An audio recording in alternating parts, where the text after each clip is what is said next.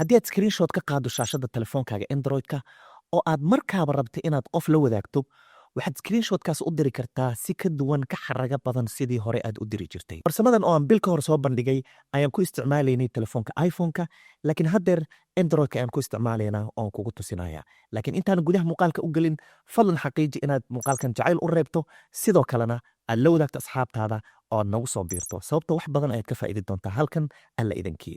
Markaad screenshot qaado oo aad rabto inaad qof u dirto, waxaad samayn kartaa screenshotka inaad farta ku hayso oo sidan oo kale aadan sii daynin. Adigoo farta ku haya ayaad buttonka dhex taabanaysaa si aad u raadiso applicationka aad doonto inaad markaa ku dirto.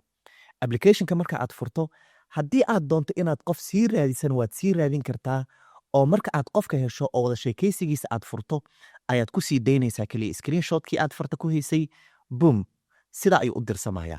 Dabcan waa qaab fudud oo xarago leh oo kuu suuragelinaysa in markiiba screenshotkii aad qaaday aad hore ka sii xawisho.